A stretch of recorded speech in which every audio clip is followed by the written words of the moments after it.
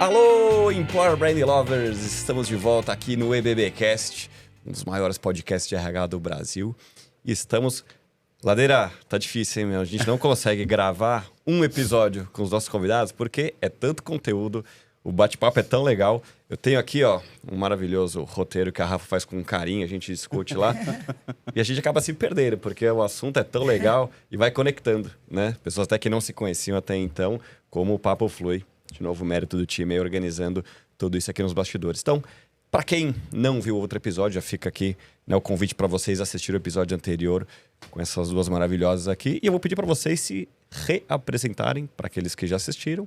Né? Estamos aí no Spotify, estamos no YouTube, com imagens, enfim, em vários lugares. Mas para quem não viu ainda, quem é Michele, quem é Pamela, por favor, bem-vindas. Começar dessa vez? Bem-vindos novamente. Eu comecei a última. A Pamela, por favor. Sou Pamela Magalhães. Eu sou psicóloga, sou especialista em casal e família. As pessoas me conhecem muito por falar de relacionamento.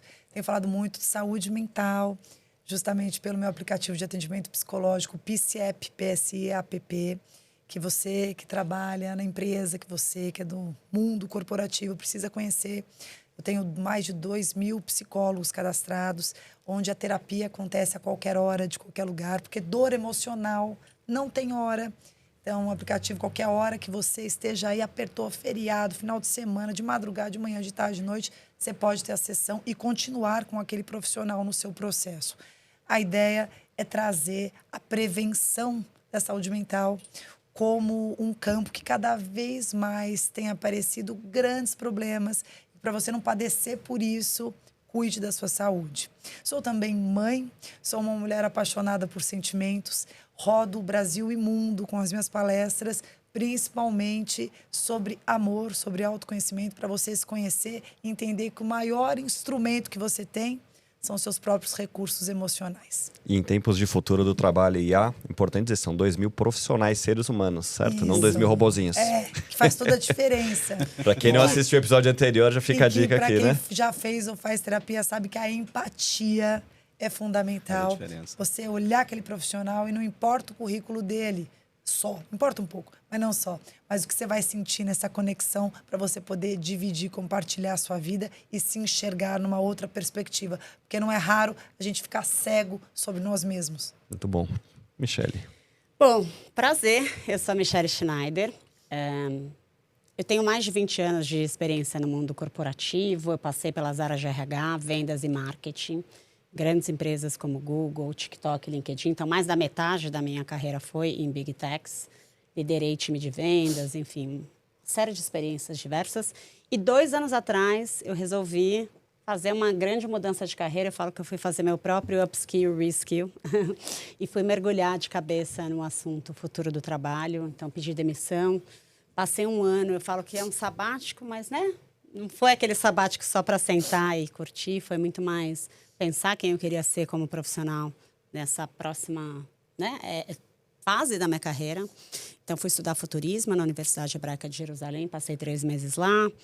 Viajei mais de 10 países, fui 2 vezes para a China, enfim, sempre atrás de inovação, tecnologia. Fiz diversos cursos de IA. E aí, de 1 ano para cá, escrevi um livro chamado O Profissional do Futuro. Já falamos dele, mas está aqui. Onde eu trago... Best-seller. Ainda não, mas estamos aí na luta para chegar. Vai chegar. E é todo né, onde eu trago todo esse estudo e toda essa pesquisa que eu fiz, um pouco de como é que a gente vai se preparar para esse futuro do trabalho que vem aí. Então, hoje eu sou autora do livro, dou aula de futuro do trabalho na Singularity University. Sou sócia de uma consultoria americana de implementação de IA para aumento de produtividade nas empresas. E nas horas vagas eu sou DJ também.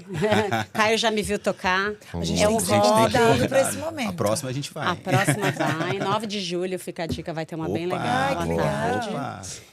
Summer Hits. E sou palestrante também, então ela falou de palestra, também já dei palestras Brasil afora e, enfim, alguns países do mundo também. Então esse é um pouquinho da minha história, de quem sou eu. Um pouquinho, ela falou. E o Rodrigo Ladeira, quem é esse flamenguista aí?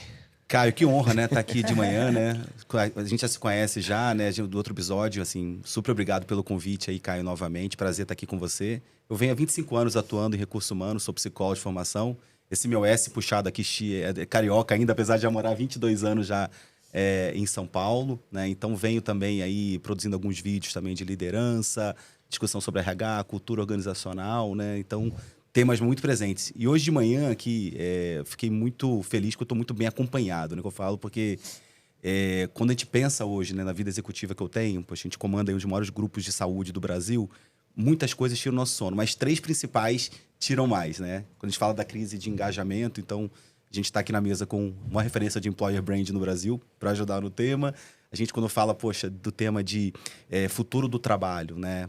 A maior referência do Brasil aqui na minha visão, que é a Michelle Schneider. O livro dela, gente, realmente é incrível. A gente vai ver muita reflexão bacana, já viu no outro episódio. Quando a gente fala de saúde mental, Pamela Magalhães, né, que eu tenho orgulho de estar aqui com a gente. Realmente é uma honra ter você com a gente. Muito obrigada. Que para mim, sem dúvida, aí é uma das maiores, se não for a maior psicóloga do Brasil, né? Para mim é uma eu quero aproveitar referência. para você que não assistiu o outro episódio, assista, porque acho que deu uma mistura tão boa que cada um na sua perspectiva, que ficou muito rico o episódio. Não, foi incrível. Fica de novo reforçando o convite, né? Assista o episódio 1 dessa série aqui. Vai ter o 3 e 4 depois, mas aqui por enquanto é só o segundo.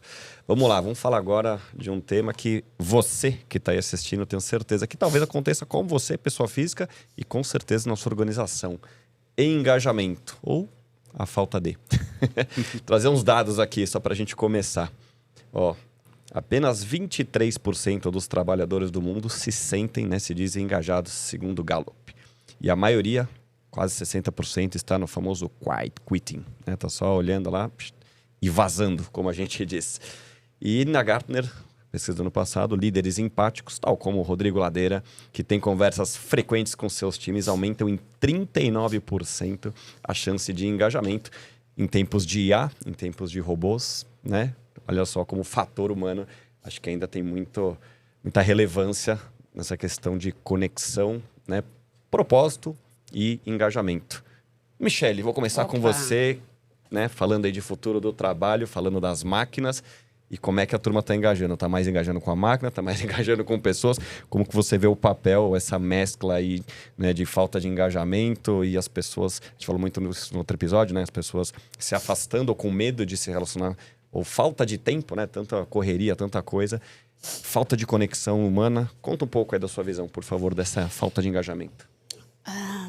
Acho que são muitas variáveis dentro dessa falta de engajamento.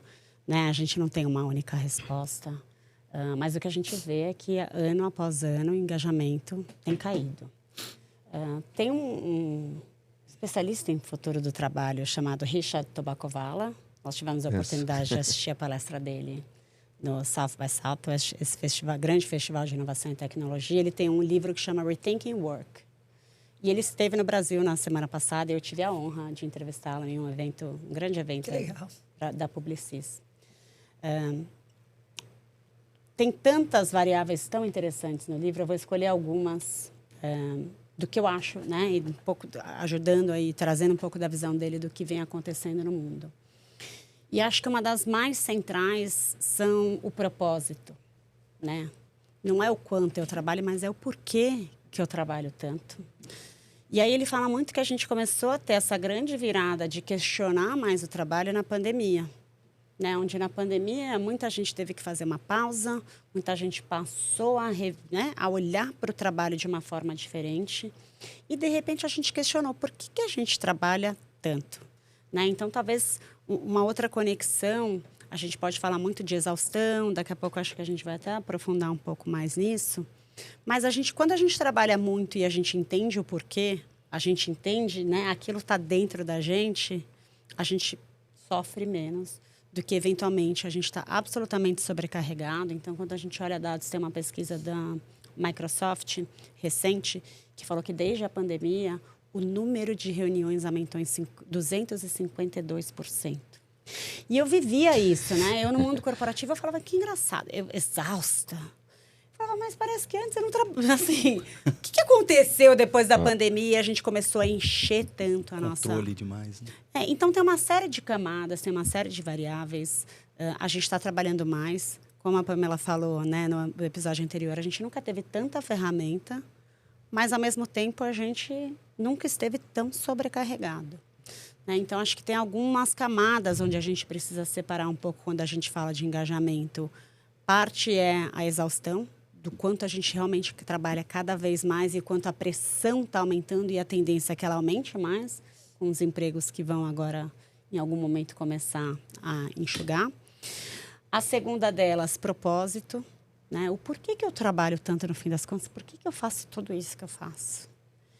E a terceira, que o Rodrigo já apontou aqui, liderança, né? Então, assim, se eu não engajo com liderança, se eu não me inspiro na minha liderança, se a minha liderança não traz um direcional do porquê que eu tenho que estar ali, né? E até me ajudar a achar um propósito em tudo que eu faço, eu vou desengajando cada vez mais. Então, né, pegando algumas referências, e eu poderia trazer 1000 outros exemplos aqui, tá, Sim. gente? Mas eu acho que esses 3 aí São os pilares, são bons né? pontos de partida para a gente discutir juntos aqui do porquê que as pessoas realmente estão tão desengajadas no trabalho. Você me lembra um dado de... A gente tem quanto tempo de pandemia? 2020 para cá, 5 anos, né? 5 anos. Quando começou. Em 5 anos, nós tivemos 136% aumento dos casos de burnout no Brasil. O Brasil é campeão mundial, né? Mundial. E caso acho que isso entra muito no engajamento, né? Porque para eu estar inteiro no meu trabalho, para isso estar fazendo sentido para mim, dentro do meu propósito, eu preciso, além de ir, né, seguir o meu checklist, fazer a minha rotina, eu preciso ter consciência do meu estar. Como estou? E aí eu mesclo também com o excesso de ferramentas hoje que não te permitem estar consigo. WhatsApp, um exemplo. Nada contra o WhatsApp, mas também acho que se questiona coisas. Você perdeu completamente a privacidade. E perder a privacidade é um ponto crucial quando a gente fala de bem-estar, quando a gente fala de saúde mental. O WhatsApp não para. Se você ficar o tempo inteiro respondendo, o teu dia é consumido nisso. E isso aqui que a gente faz não existe. Enquanto estamos aqui conversando, trazendo conteúdo, trocando, nos nutrindo, nos alimentando e também contribuindo para as pessoas que estão assistindo, o nosso WhatsApp, eu tenho certeza, tem milhões de mensagens acumuladas. Tem o Teams também. Aí nós saímos tem o Slack, saímos daqui, o que nós fazemos? Já pegamos o telefone porque tem-se também uma sede de querer dar uma check. impactada nisso, né? Deixa eu responder. Porque sempre vai ter um falando, olha lá, Pamela não responde, olha lá, Michele. Michele, depois que lançou o livro, não tem tempo pra nada. Olha o Caio, então. O Caio com esse podcast. Né? Rodrigo, então, quando sai... Então, as pessoas vão tendo esses preconceitos sobre nós, sobre todos, e a gente fica preocupado, né, em corresponder, porque, como que eu vou ser visto? Eu preciso falar com fulano, isso aqui é importante pra mim. E aí a gente se perde no quê? Nas prioridades essenciais que nós somos obrigados a ter. E aí o nosso engajamento, ele acaba sim sendo prejudicado. Porque hoje, como que a gente é engajado? Para eu ser engajado, eu tenho que pensar sobre o que eu estou engajando, que sentido isso tem na minha vida, que espaço isso tem, o quanto aquilo diz sobre mim. Caso contrário, até parece que eu estou engajado. Mas, na verdade, eu estou buscando o quê? Corresponder para pertencer, existir, me sentir seguro. Eu preciso, no meu trabalho, estar engajado. Mas será que eu, de fato, estou? Então, abre espaço para você que está assistindo e para a gente ponderar quais são as nossas prioridades, o quanto isso faz sentido para mim, aonde eu estou engajando e a obrigação, que, querendo ou não, tem que fazer, no que eu vou me engajar. Eu sou obrigado a escolher. Não conseguiremos nos engajar em tudo. Essa é uma realidade. O mundo ele está com excesso de variáveis. E fazer essas escolhas vai, sim, pedir muito sobre nós, mas vai ser fundamental. E aí, Ladeira, o que está engajando? Conta pra gente. É o bombonzinho na mesa? Não, o bombonzinho está cada vez mais abolido, né? Acho que a gente vê claramente o que não está engajando, né? Que, assim, para mim, Caio, é muito claro que falta essa escuta, né? Porque, assim, eu me engajo naquilo que eu acredito, naquilo que eu co-construo também, né? Mas como eu vou co-construir se eu não sou ouvido? Como eu vou co-construir se a empresa não tem um olhar único sobre mim, né? Se não deixa claro para mim por que eu vou fazer parte disso, aonde a gente vai chegar com aquilo, né? Então, assim, acho que tem uma oportunidade aqui para a gente, como liderança, e cada vez mais o mundo corporativo, de trazer as pessoas para perto de fato, mas para ter uma relação, né, que a gente fala que a IA não vai te dar, né? Que é, cara, a empatia, que é encorajar as pessoas de fato, né? Que é se colocar de fato no lugar do outro, né? Coisas que a gente não tem feito mais como liderança.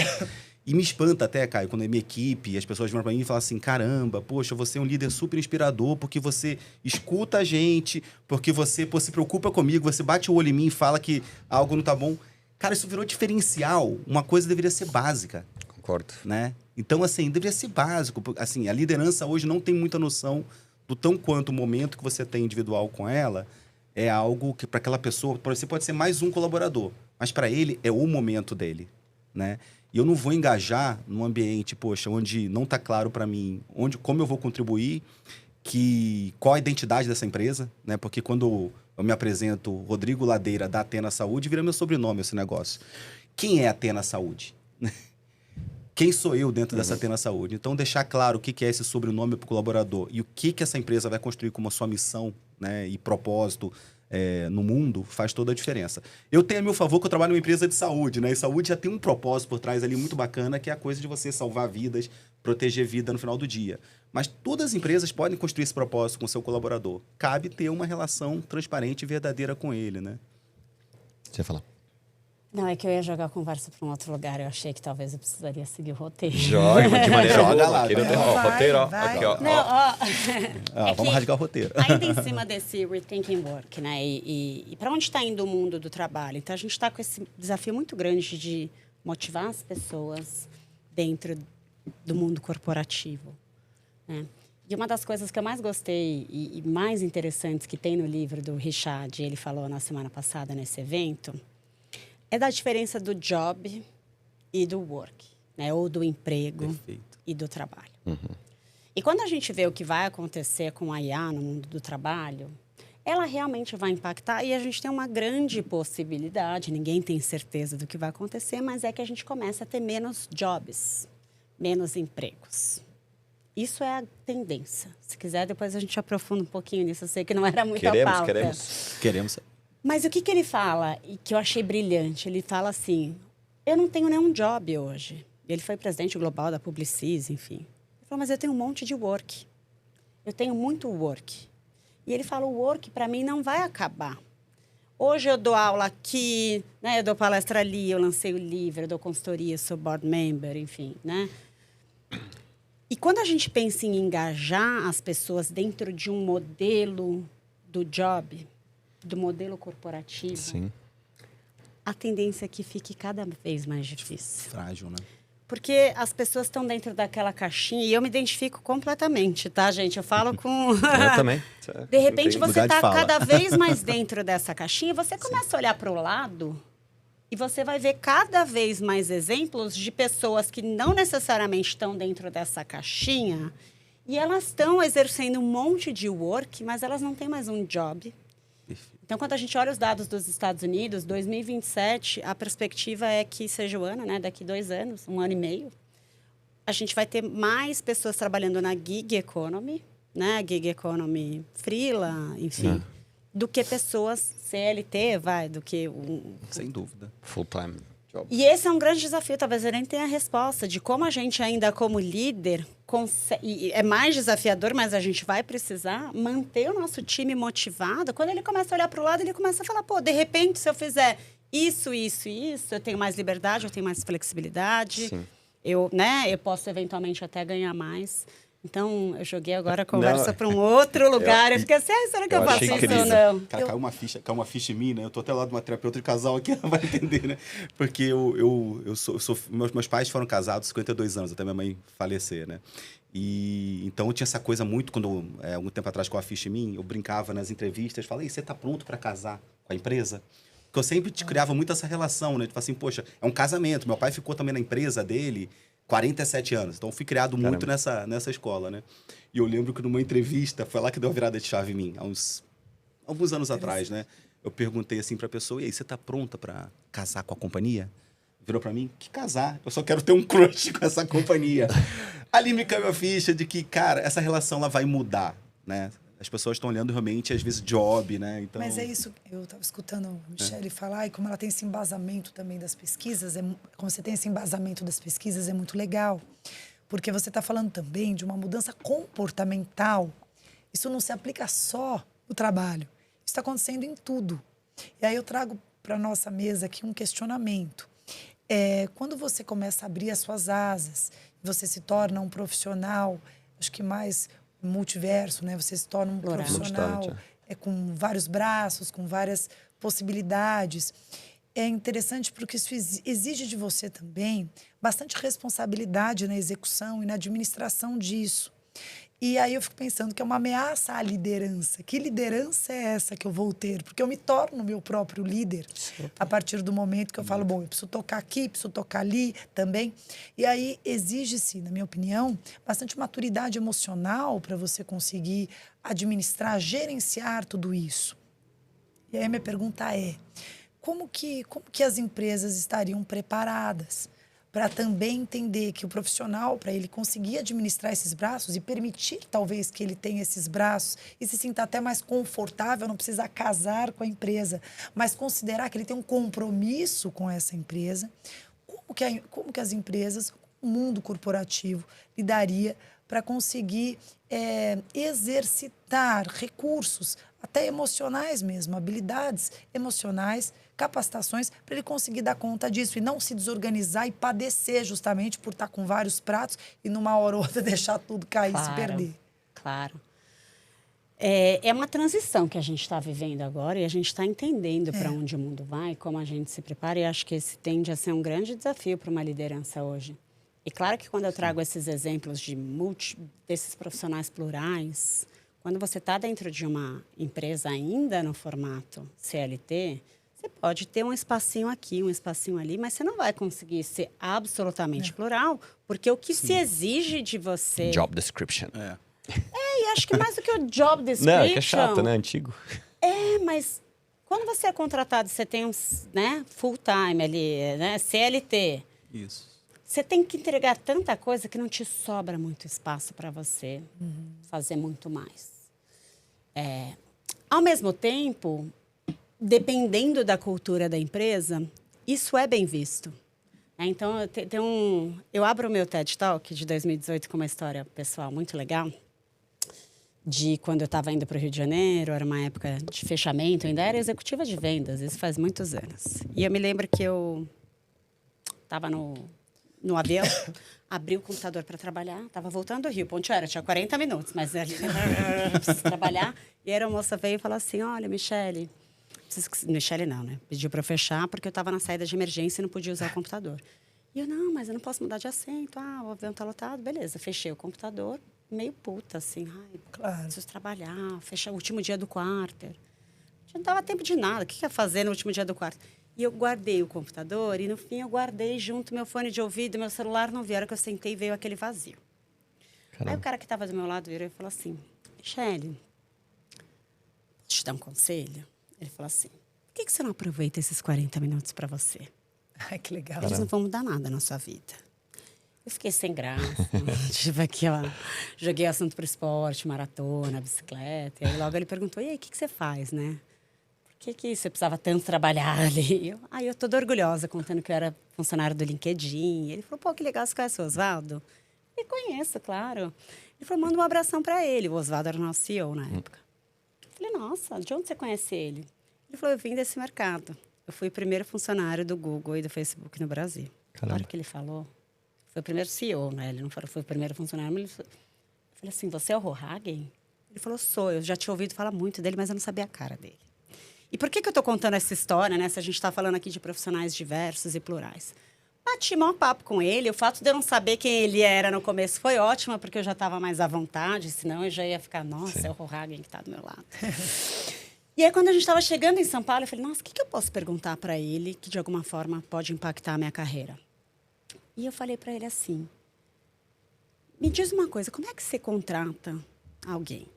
entendendo que ele devia ter contratado muita gente muito boa para essas empresas estarem onde elas estão hoje. E ele falou que ele olhava 5 coisas e que 4 delas faziam parte do processo seletivo do Google. Depois entrei no Google, fiz treinamento de como entrevistar, enfim, são role-related skill, que é a habilidade técnica para vaga, a capacidade analítica, liderança e fit cultural. Isso faz parte do processo do Google. Mas ele contou que tinha uma 5ª característica que era decisiva, que era saber quem era você fora do trabalho.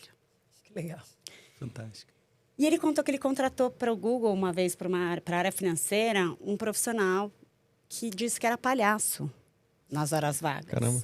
E ele falou, palhaço? Tipo, normalmente você pensa o cara financeiro, super analítico, mais introspectivo, né? E ele contratou esse cara e ele falou, enfim, passou tempos depois, esse CFO viu meu... Ele virou o CFO, enfim, do Google, viu meu TEDx, me mandou inbox, falou, eu sou o palhaço, estou aqui até hoje. Quando eu entrei no Google, eu conheci ele. E aí, conectando com isso, eu contei para ele que no LinkedIn, todo mês a gente tinha o All Hands, né? Não fala mais All Hands, mas enfim, na época falava a reunião com todos os funcionários, onde todo mundo tinha que ir lá na frente contar algo que não estava no seu perfil do LinkedIn, que era justamente uma forma da gente saber quem é você. E aí a gente estava chegando na fila do táxi já, ele falou assim, e quem é você fora do seu LinkedIn? E eu fiquei super sem graça, não sabia bem o que dizer. E acabei contando que eu era DJ, que era um hobby novo que eu estava aprendendo na época. E eu achei que aquilo ia pegar super mal. Eu falei, imagina, né? Do mundo corporativo. E aí, quando eu respondi, ele falou assim, que máximo, eu também sou DJ. Uau, que legal. E aí foi muito legal, Conexão, porque né? depois disso eu me permiti começar essa carreira, que virou uma carreira mesmo. Eu já, inclusive, ganhei muito dinheiro fazendo isso e tenho muito prazer. Mas por que eu contei toda essa história? Desculpa até se eu me alonguei demais. Imagina, incrível. Mas vai ter cultura que vai valorizar você ser alguém fora do trabalho também. Você ter um hobby, você ter múltiplas carreiras, desde que, obviamente, você tenha responsabilidade, você bata suas metas e você tenha suas entregas. E muitas vezes, essa outra carreira, e principalmente quando ela for um hobby, ela te ajuda a expandir a criatividade, você ter conexão com você mesmo. Então, tem uma série de características. Vão ter outras em que você vai ter líderes que não vão querer. E eu já passei pelas duas. É o líder que fala, meu hobby é trabalhar, eu trabalho de fim de semana mesmo, porque eu tenho orgulho disso. E aí cabe muito a você entender onde você quer estar. Né? E se você, eventualmente, você também é a pessoa que meu hobby é trabalhar, eu quero estar nessa empresa, vai ter empresa com essa cultura. É sempre uma escolha. E vai ter empresa que vai valorizar você ser alguém fora do trabalho. E isso vai dizer muito aonde você quer trabalhar. Né? Super. Quem é você quando ninguém está olhando? Exatamente. E quem é você fora do trabalho, né? Quem é você? Porque, ao meu ver, eu vou valorizar muito mais uma pessoa que tem paixões, que tem hobbies, que exerce essa capacidade de aprender, do que propriamente aquela pessoa que vai estar só. Ou seja, o autoconhecimento está deixando de ser soft skill, vai virar aqui um superpoder, né? A gente está virando que é isso, porque saber onde você quer estar tá virando diferencial. Acho que só tem um desafio quando a gente fala de Brasil que chama CLT. Acho que é exatamente isso, né? Sim. Uma legislação de 1943, que pouquinhos ajustes, que impede a gente de viver o profissional talvez presente no futuro em alguns lugares por aí, né? Acho que essa é uma grande discussão. A sensação que tivesse 2 relógios, né, Caio, paralelo, né? Um tá andando super rápido e o outro precisa ser ajustado para acompanhar ainda. Né? Acabou a bateria, um cuco, né? Que acabou, não bate mais o cuco. Mas a gente começa a ter novos modelos que não vão ser o CLT. Então, hoje você já tem headhunters que contratam pessoas C-level as a service. Sim. A gente teve a Bia aqui, né? Que é City as a service. Então perfeito. Onde você vai ser 50% do seu tempo funcionário de uma empresa, 25% de outra, e os outros 25% você pode falar, não, eu quero isso só para mim. E eu sei que parece muito maluco quando a gente conversa sobre essas novas possibilidades de futuro, porque elas desconstroem o que a gente está acostumado e o que a gente fez a vida inteira. Exato. Mas é para esse mundo do trabalho que a gente está caminhando. O mundo tenta botar a gente numa caixa e a gente tem que sair dela toda hora, né, Michele? A final do dia é isso, né? Acho que cada vez mais daqui para frente, né? Porque se cabe numa caixa, uma IA provavelmente faz melhor do que a gente. Exato. Exato. Esse job description, né? Ele tá lá, tem alguns robozinhos fazendo cada linha do job description. A gente tá já caminhando para o nosso fim do nosso segundo episódio aqui. A produção já me deu um toque. Bom passa me deu um rápido, choque né? aqui, não sei se você viu, Papo mas... bom passa rápido, nossa. Para a gente já caminhando para o nosso finalzinho, eu queria começar com você, Pamela. Questão dos seus pacientes, enfim, das pessoas que te procuram. Elas falam sobre essa questão do propósito, essa dificuldade, porque às vezes a pessoa não sabe qual que é o próprio propósito, consequentemente ela não se engaja. Você ouve isso nas suas conversas? Tem algum... Eu acho que é o Alguma link coisa. do que a Michelle estava falando. Pensando no trabalho, até pessoal e profissional, acho que não é meio, né? Eu, particularmente, a palavra propósito, eu não gosto muito. É. Eu acho que... Não, é porque é muito falado. Exato. Eu acho que propósito faz com que a pessoa fique presa nesse lugar. Propósito, que propósito? Eu tenho uma paciente que, durante muito tempo, ela dizia assim, eu não sei qual é o meu propósito. Eu não sei no que eu sou realmente boa. Fiz várias coisas na minha vida, sou razoável, entrego, tudo certo. Eu sempre me sinto muito mediana. Eu não sinto que eu tenho um dom. Como que eu descubro isso? Eu falei assim, talvez se você se cobrar menos, se você se permitir sentir mais. Eu acho que a gente se conhece nos detalhes. E é justamente quando a gente faz o que não nos mandaram fazer, mas que espontaneamente estamos fazendo. E a gente vai se perceber Legal. e reconhecer a nossa essência assim. Conforme você falava, eu fiquei pensando, se você fizessem essa pergunta para mim, o que eu faço nas minhas horas vagas? Primeiro, eu percebi que eu tenho poucas horas vagas. E acho que é um bom trabalho a fazer seria ter mais horas vagas. Porque as pausas, elas são evolutivas. E as pausas, elas nos permitem também transcender. Ontem, no voo de 40 minutos, do Rio para cá, acabou a minha bateria. Mas, rapidamente, eu pensei, que bom. Porque parece que tira a nossa culpa. A culpa é da bateria. Peguei meu telefone, coloquei na mochila, falei pro meu marido, que trabalha comigo, Carlos, avisa a Luma, que é minha filha, né? Avisa quem tá com a Luma, que tá tudo bem, estamos voando. Quando chegar, você avisa do seu telefone. E me senti livre, livre como um pássaro. Caramba, livre para o quê? Livre para deixar a minha cabeça para receber, não o que estão me induzindo através das perguntas e das conversas, mas no que esse ócio pode me propor. Observar que eu precisava dormir. Observar que eu queria olhar pela janela e não pensar em nada. E como pensar em nada é ostentador hoje em dia. E como isso permite uma oxigenação cerebral para eu perceber o que de fato, eu estou, o que eu quero, o que eu preciso. Porque com esse mundo em que sempre estão te induzindo a perguntas e a convites, há pouco espaço para perceber o que de fato precisamos e queremos. E aí fiquei pensando no que eu responderia nas horas vagas. E eu gosto de ajudar as pessoas. E o ajudar da maneira mais ampla possível. É um prazer para mim. Como será que eu posso ajudar a pessoa a se ajudar? Isso é gostoso, eu faço isso o tempo inteiro. É natural meu. E ao perceber o que te é natural, você entenderá o seu dom. Você entenderá o que pulsa o seu coração. Então, não se cobre tanto. Perceba, porque o tal do propósito, ele vai aparecer assim, naquilo que acontece, que faz com que as pessoas se aproximem de você, faz com que você se aproxime de si. Faço esse convite para quem está nos escutando, porque a Michelle me fez aqui espontaneamente e me convidou a visitar esse lugar, que é um bom lugar. Que legal. Mas tem muito comparativo com a rede social, né? Também a gente fica ali... Tem sempre alguém melhor que a gente, né? Igual você Não, e trouxe no você outro mesmo episódio. falou do algoritmo, tudo isso, né? Eu acho que vão só apresentando o que a gente busca, e tem hora que a gente precisa desse espaço. Acho um pouco nulo na espontaneidade do opa, né? O que vai aparecer para mim? O que eu vou sentir? Aonde eu realmente quero estar? Eu acho que o propósito ele é mais simples do que a complexidade do título. Verdade. Fechamento aqui, Ladeira. Considerações finais de propósito, de engajamento para quem está assistindo a gente. Primeiro, assim, agradecer, extremamente feliz pelo convite de novo, né? E, sim, de novo, muito bem acompanhado. Foi uma aula aqui que a gente recebeu sobre o futuro do trabalho, sobre saúde mental também, né? Assim, Caio. Então, eu saio com... Na verdade, assim, com a minha cabeça... Não vai ser esvaziada não, viu, Paulo? Vai sair cheia de reflexões aqui. O que a gente pode levar para esse mundo corporativo, né? Eu acho que a gente tem um... Eu encaro sempre as coisas com um olhar muito positivo, né? Para mim, eu vejo uma baita oportunidade da gente aqui como liderança, né? Com esse dado que a gente recebeu aqui de 80% das pessoas deixarem as empresas por causa de liderança, o desafio que a nossa geração de líderes tem na prática, né? Eu vou colocar mais um dado. 80% se chamar, vai embora da empresa. Tem essa pesquisa também do LinkedIn, ou seja, você não está procurando emprego ativamente, mas se bater no teu inbox, você está considerando sair. Então, torna o desafio do engajamento ainda maior. Que, para mim, assim, é uma oportunidade gigante para as lideranças, né? Entenderem que esse negócio é uma missão, né? a partir do teu exemplo, sendo um bom líder, se preocupando com as pessoas como único, de fato, né? Você tentando sair da caixinha que te colocam o tempo todo, né? Acho que o modelo de liderança antigo, ele não funciona mais para hoje, né? A gente, com certeza, vai conseguir, no mínimo, minimizar esse tema aqui, tá, cara? Então, para mim, é olhar as pessoas como único, sair com essa missão aqui cada vez mais, inspirar, encorajar elas a serem elas mesmas, né? E entenderem, de fato, se elas estão no lugar que elas deveriam estar.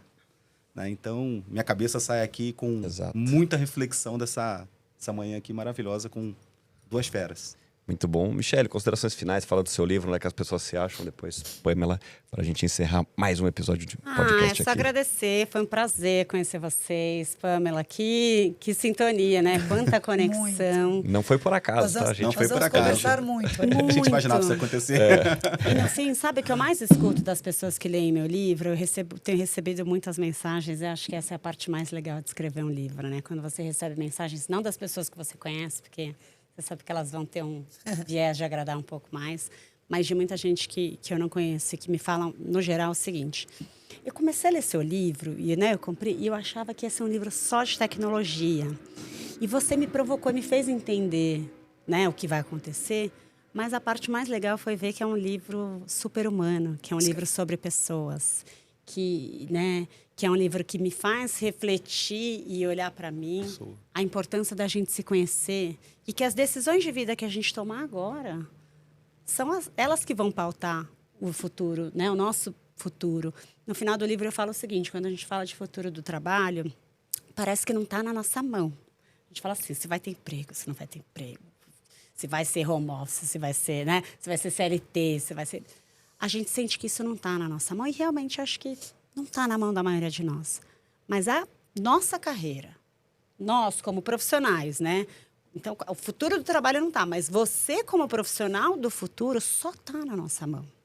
E quanto mais a gente se conhecer e as decisões de vida que a gente tomar hoje vão dizer como seremos como profissionais do futuro. Então, e a importância, né? Para mim, eu falo de 4 pilares, como pilares fundamentais, a gente não falou disso aqui hoje, né, de como a gente se desenvolve, se prepara para um futuro que a gente nem sabe ainda qual ele vai ser. E o primeiro deles, eu falo da importância da gente ter uma mente inovadora, criatividade, não parar de aprender. O segundo é letramento tecnológico, que a gente aprender a usar tecnologia e, obviamente, inteligência artificial para a gente se tornar mais produtivo. Mas o terceiro e o quarto são pilares super-humanos. Né? O terceiro eu falo da importância da inteligência emocional. E o quarto, da importância da gente manter nossa saúde mental em dia, o que vai ser cada vez mais desafiador no mundo, cada vez mais ágil e rápido e veloz que a gente vai viver. Então, acho que é isso. Fantástico. Muito bom. Olha, eu só quero complementar a tua fala, porque eu não falaria nada melhor, só complementaria com algo. Eu acho que nós não temos que olhar a inteligência artificial como algo que vem nos invadir e nos tomar, mas como um convite para nós equilibrarmos também a inteligência emocional. Nunca ficou tão claro a necessidade da humanização, principalmente no meio corporativo, em que gestores, coordenadores, presidência, precisa cada vez mais observar a tratativa com os seus colaboradores e a forma, o que acaba implementando no meio. Porque quanto mais eu for humano, quanto mais eu incentivar os recursos emocionais que todos nós temos e precisamos conhecer e saber, quanto mais você se preocupar com o seu emocional, a sua saúde mental, melhor você vai performar. Então, não é a inteligência artificial. Não, que ótimo que temos essas ferramentas e não tem jeito, caminho sem volta. Cada vez mais a gente tem que saber lidar com ela. Agora, sem esquecer que somos humanos, nós não somos robôs. Os robôs vão nos ajudar, mas, para tanto, nós não podemos esquecer das nossas habilidades emocionais, que, para mim, é uma obrigação para que a gente consiga aprender a nadar nesse mar imenso. Convido você a conhecer o PsiApp, que é o meu aplicativo de atendimento psicológico. Inclusive, a gente pode fazer a parceria com você, que é do corporativo. E também o @psipamela, que é o meu canal, em qualquer que seja. YouTube, Instagram, TikTok, o que você quiser.